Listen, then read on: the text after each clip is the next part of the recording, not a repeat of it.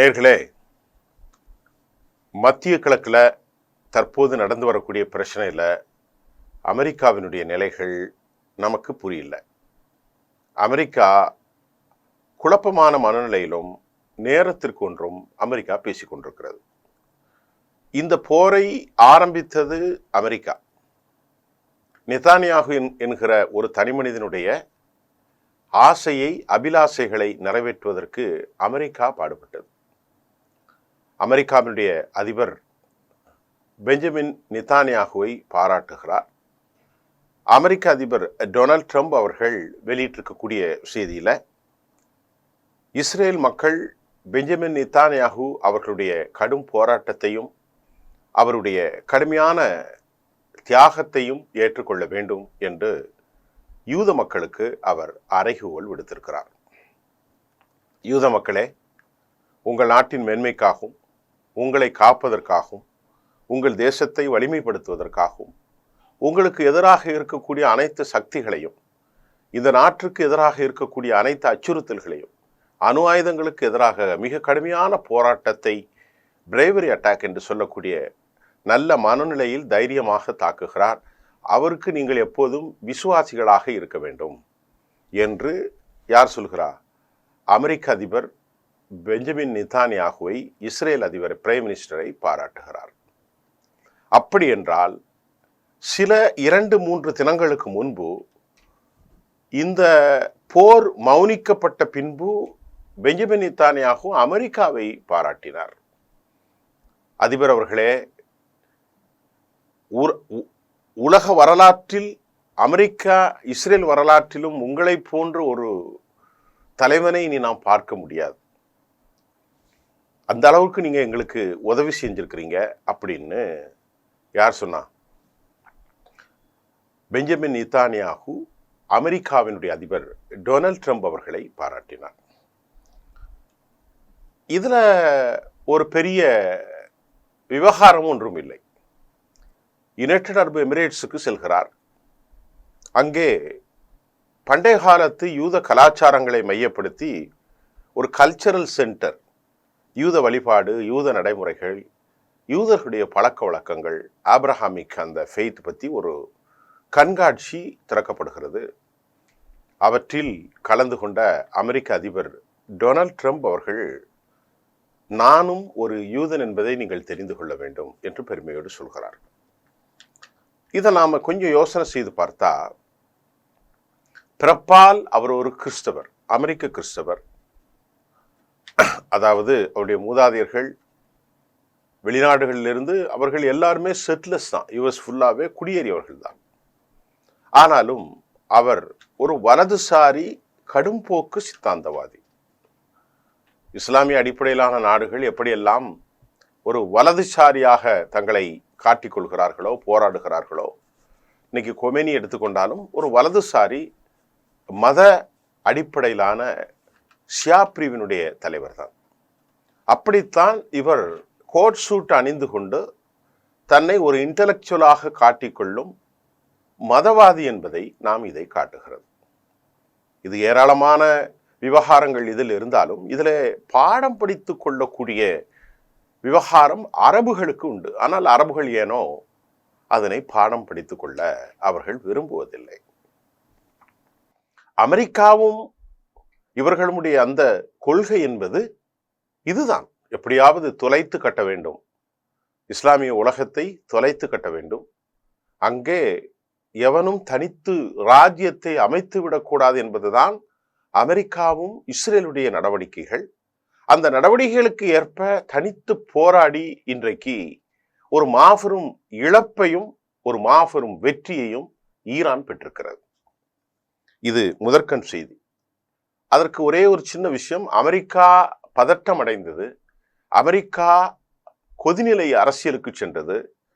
போரை நிறுத்துங்கள் என மூர்க்கத்தனமாக இஸ்ரேலை அமெரிக்கா திட்டியதிலிருந்தும் அமெரிக்காவின் பதட்டத்திற்கு காரணம் என்பதை என்ன? அப்படி என்றால் இந்த பதட்டமே ஈரானை ஒரு பெரும் வலிமையான சக்திகளாகவும் 12 நாட்களுக்கு பின்பு இந்த போர் தொடர்ந்தால் ஏற்படுகிற உபாதைகளை, கான்சிக்வன்சஸ், விளைவுகளை அமெரிக்கா நன்கு உணர்ந்தது. இதை அடுத்து நாம் இப்போ பார்க்க போற மிக முக்கியமான ஒரு செய்திகள் தொடரப்போகிறது. ஆயத்துல்லா கொமினி அவர்கள் சில நாட்களாக காணவில்லை என்று அவருக்கு எதிர்மனநிலை கொண்டவர்கள் செய்தி வெளியிடுகிறார்கள். இது ஒரு புரியாத செய்தி அல்ல. புரிந்தும் தங்கள் ஆதரவை, மனநிலையை பத்திரிகையின் ஊடகத்தின் வாயிலாக அவர்கள் அப்படி சொல்கிறார்கள், எழுதுகிறார்கள், பேசுகிறார்கள். ஒரு பெரிய தேசத்தில் 20லிருந்து 30 வரைக்கும் இராணுவ தலைவர்களும் எல்லோரும் கொலை செய்யப்பட்டிருக்கிற போது அந்த கொலைக்கான பின்னணிகளை ஆராய்ந்து கொண்டிருக்கிற போது வெளிப்படையாக அமெரிக்காவும் இஸ்ரேலும் மிரட்டுகிறது. வில் எலிமினேட் ஷார்ட்லி அப்படிங்கிற மாதிரி சொல்றாங்க. வெளியேற்றப்படுவீர்கள், மிக விரைவில் கொல்லப்படுவீர்கள் என்று. அப்படி என்றால் அவரை மறைத்திருப்பதுதான் சரியான நிலை. எதற்கு பெஞ்சமின் நெத்தன்யாகு பல நாட்களாக பங்கருக்குள் இருந்தான்? அவரது கூட்டாளிகள் அனைவரும் பங்கருக்குள் ஒளிந்து கொண்டார்கள். இந்த கேள்விக்கு பதிலை சொல்ல வேண்டும். 85 வயதுடைய ஒரு பெரியவர், அவருக்கு கேன்சர் வியாதி இருக்கின்றது, வயது மூப்பு தன்மை காரணமாக இருக்கிறது. அவரை படுகொலை செய்வேன் என்று சொன்னால் அவர் எங்கே? ஈரானுடைய தெஹ்ரானுடைய வீதிகளிலிருந்து டீ குடித்துக் கொண்டிருப்போம் என்று இவர்கள் நம்புகிறார்களா என்ற கேள்வியும் நமக்கு எழுகிறது. ஒரு பைத்தியக்காரத்தனமான கேள்வியும் ஒரு பைத்தியக்காரத்தனமான சிந்தனையும் ஊடகவியலாளர்களாக பலர் பேசிக் கொள்கிறார்கள், எழுதியும் வருகிறார்கள். அது சரியில்லை. அமெரிக்காவினுடைய இந்த யூதர்களுடைய இந்த நடவடிக்கைக்கு பதிலளித்த கொமினி தான் எக்ஸ்தல பதிவில் ஈரானின் வெற்றிக்கு தனது வாழ்த்துக்களை தெரிவித்திருக்கிறார். இஸ்ரேலை பாதுகாக்க அமெரிக்கா போரில் நுழைந்தது என்பதையும் ஆயத்துல்லா கொமினி அவர்கள் மிக தெளிவாக சுட்டிக்காட்டியிருக்கிறார். போர் என்னவோ எமக்கும் யூத நாட்டுக்கும் தான். அமெரிக்காவினுடைய போர் முனை பேச்சுக்கள் ஒரு பக்கம் சென்று கொண்டிருந்தது. அது வேறு விவகாரம். 5 முறை பேச்சை நடத்தினார்கள் அணு ஆயுதங்களை ஒழிப்பு சம்பந்தமாக. 6வது முறை பேச்சுக்கு அங்கே புரோக்கரேஜ் செய்தார்கள் ஒமன். அது நடைபெறுவதற்கு முன்பு திடீரென தாக்குதலை பெஞ்சமின் நெத்தன்யாகு தலைமையிலான யூத குழுக்கள், யூத அரசாங்கம் நடத்தியது. ஒரு பெனடிக்ஸ் ஃபோர்ஸ் என்றுதான் சொல்ல வேண்டும். கஸாவில் அவர்களுடைய நடைமுறை அப்படித்தான் இருக்கிறது.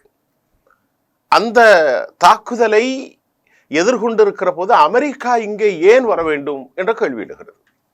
அமெரிக்காவுக்கும் யூதர்களுக்கும் ஈரானுக்கும் ஏராளமான டிஸ்கிரிபன்சி, முரண்பாடுகள், முட்டல்கள் இருக்கிறது. ஆனால் போர் என்னவோ இஸ்ரேலுக்கும் ஈரானுக்கும் நடக்கும் போது அமெரிக்கா வந்ததைத்தான் பெஞ்சமின் நெத்தன்யாகு தலையிட்டு போர் நடத்தி கொண்டிருப்பது. ட்ரம்ப் அவருக்கு ஆதரவாக பேச்சுவார்த்தையை உருக்குலைத்து ஃபர்தோ, இஸ்பஹான் மற்றும் நெட்டான்ஸ் பகுதியில் B-2 பாம்பர்ஸின் மூலம் Bu-57 குண்டுகளை போட்டு வந்ததைத்தான் ஆயத்துல்லா கொமினி சொல்கிறார்.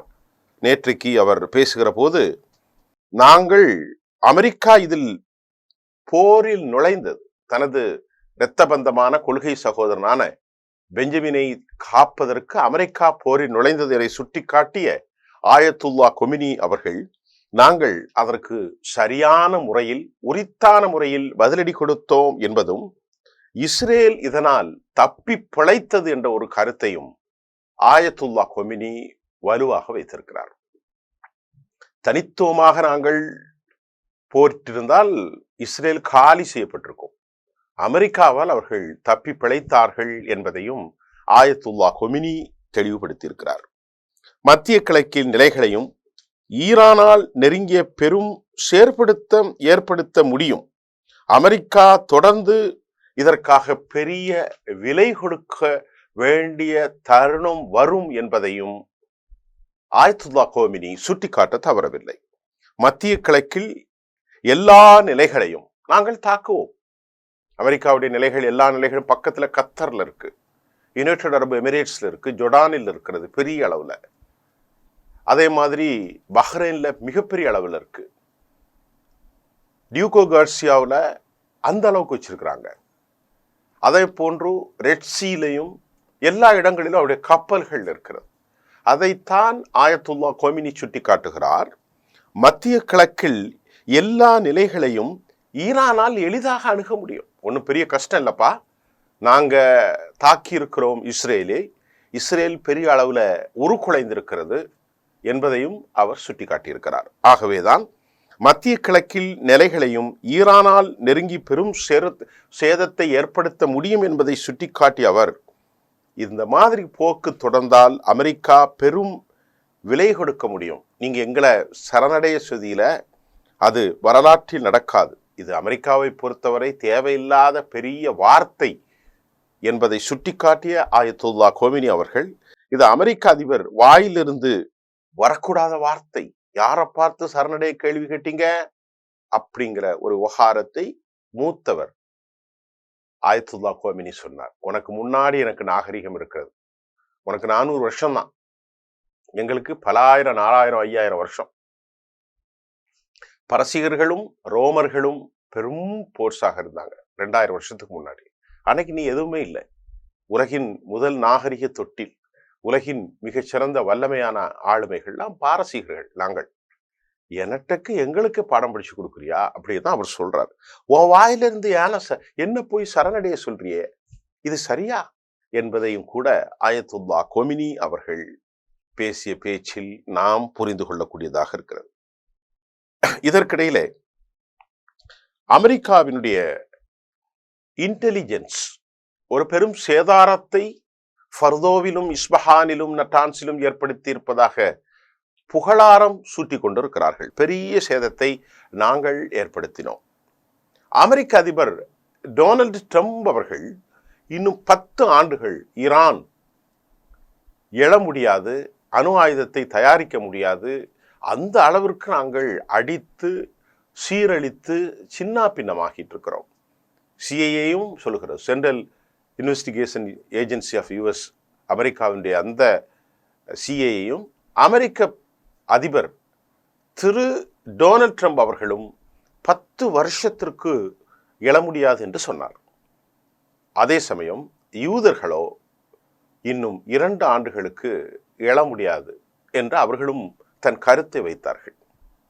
மூன்றாவதாக நாம் பார்க்கின்ற போது இன்டர்நேஷனல் ஆட்டோமிக் எனர்ஜி ஏஜென்சியினுடைய ரஃபேல் குரோசி மற்றும் பிராக்சிகள் வைத்த அந்த கருத்து மிக தெளிவானது.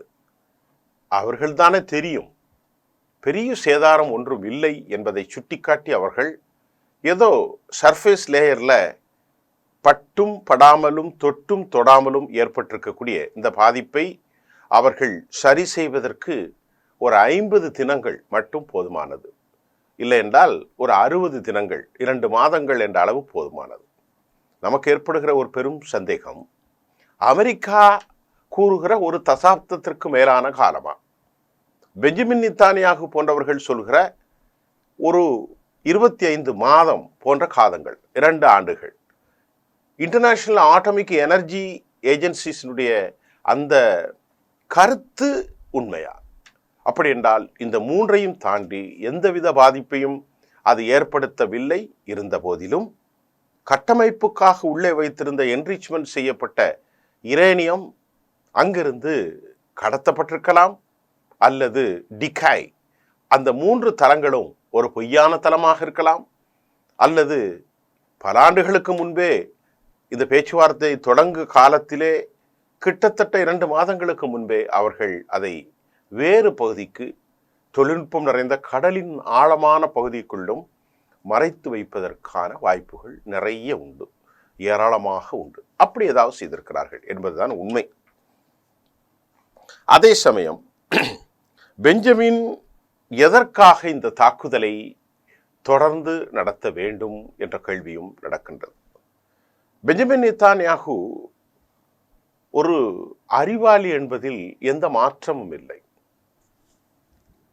குறிப்பாக அவர் வேட்பாளராக நிறுத்தப்பட்டால் அவர் படுதோல்வியை அடைவார் என்று அமெரிக்காவினுடைய நியூயார்க் டைம்ஸ் தனது செய்தி கட்டுரையில் ஒரு செய்தியை வெளியிட்டிருக்கிறது. இன்னும் சில நாட்களில் தேர்தல் வரப்பட்டால் கஸாவை வைத்து கதையை ஓட்டி கொண்டிருந்த பெஞ்சமின் நெத்தன்யாகு ஈரானை வைத்து நெடுநாளைய போருக்கான அவர் கதையை ஓற்றுவதற்கு தற்போது முயற்சிக்கிறார். மட்டுமல்ல, அதில் வெற்றியும் பெற்றிருக்கிறார். பெஞ்சமின் நெத்தன்யாகுடைய சாணக்கியத்தனம், மேனிபுலேஷன், அதாவது தவறான கையாடல்களின் மூலம் ஆட்களை தம் பக்கம் வளைத்துக் கொள்வதில் ஈரானுக்கு எதிரான அந்த கட்டமைப்புகளை உருவாக்கி போரில் 12 நாட்கள் பதற்றத்தை ஏற்படுத்திய வகையில், அதிலும் குறிப்பாக அமெரிக்காவினுடைய இராணுவ கட்டமைப்புகள் நேரடியாக தாக்கியதில் பெஞ்சமின் நெத்தன்யாகு மாபெரும் வெற்றி பெற்றார் என்பதில் எந்த சந்தேகமும் இல்லை. ஆகவேதான் நெட்ஸினுடைய அனுமதிகள் அவர் பெறவில்லை. நாடாளுமன்றம், மக்கள் மன்றத்தில் அனுமதி பெற வேண்டும். அமெரிக்காவுடைய செனட், காங்கிரஸ் எதிலும் அனுமதி பெறவில்லை. இவன் இங்கே அனுமதி பெறவில்லை, அவர் அங்கே அனுமதி பெறவில்லை. 2 பேரும் எதுவும் அனுமதி பெறாமல் இரகசியமாக இந்த தாக்குதலை நடத்தியதை அமெரிக்க ரிபப்ளிக் கட்சி, சொந்த கட்சியும், அமெரிக்க செனட்டின் மூத்த உறுப்பினர்கள், காங்கிரஸ் அனைத்தும் இம்பீச்மெண்ட், பதவி நீக்கம் செய்யப்படக்கூடிய அளவிற்கான கடும்போக்கு வார்த்தைகளை பதிவு செய்ததையும் நாம் இங்கே நினைவில் கொள்ள வேண்டும். அப்ப இவங்க ஒரு ரகசிய ஆலோசனையின் அடிப்படையில் இந்த தாக்கத்தை அவர்கள் ஏற்படுத்தி இருக்கிறார்கள். மிக முக்கியமாக